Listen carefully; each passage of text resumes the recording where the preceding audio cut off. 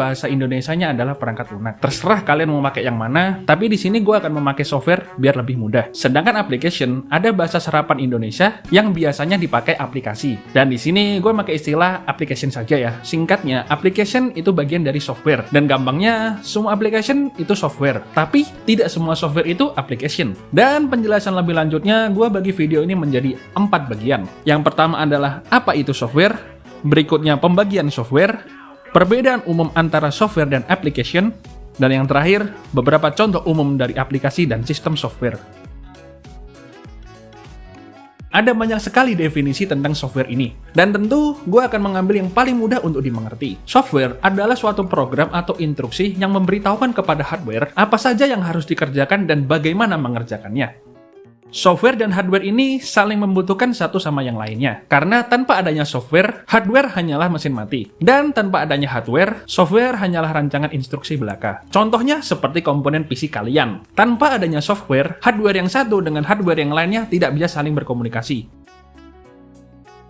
Setidaknya, software dibagi menjadi 2 tipe yang mana kegunaannya berbeda-beda. Yang pertama, ada sistem software, dan yang kedua ada application software. Dan disinilah letak perbedaannya. Terlepas dari definisinya, kegunaannya pun berbeda juga. Jadi, kita bahas sistem software terlebih dahulu ya. Sistem software adalah software yang digunakan untuk menjalankan hardware komputer dan menjalankan beberapa program aplikasi. Dan juga menjadi sarana kita untuk berinteraksi dengan komponen PC seperti mouse, keyboard, monitor, dan lain sebagainya. Lalu, kenapa kita perlu sistem software? Karena kita nggak paham bahasa komputer, dan komputer juga tidak paham bahasa kita. Maka dari itu, kita membutuhkan sistem software sebagai mediatornya, agar kita bisa menggunakan komputer untuk mengerjakan suatu tugas. Lalu, bagaimana sih bahasa komputer itu? Oke, kalian lihat gambar di sini.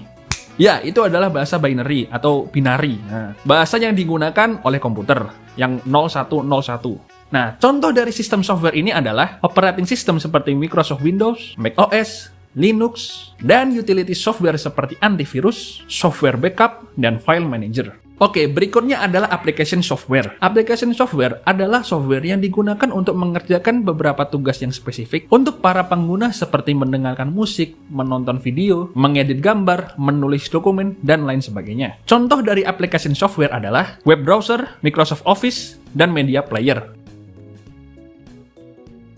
Nah, seperti yang gue bilang di awal, kalau semua application itu adalah software, tapi tidak semua software itu application, lantas apakah software dan application itu memiliki perbedaan? Tentu ada. Di sini, gue kasih perbedaan umumnya. Untuk software, dia merupakan suatu instruksi atau data yang mengoperasikan hardware, tidak butuh interaksi dari pengguna agar bisa berjalan, dan digunakan sebagai mediator antara pengguna dengan hardware. Sedangkan application adalah sebuah program untuk mengerjakan tugas yang spesifik, dia membutuhkan interaksi dari pengguna agar bisa berjalan dan bisa langsung terinteraksi dengan pengguna. Oke, next beberapa contoh umum dari aplikasi dan sistem software.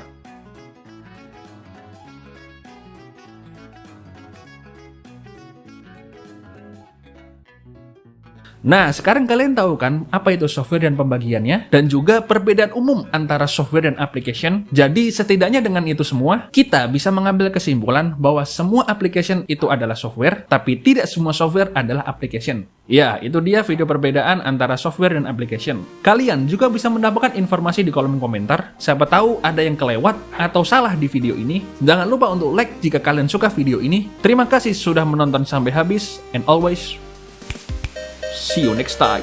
Wassalam.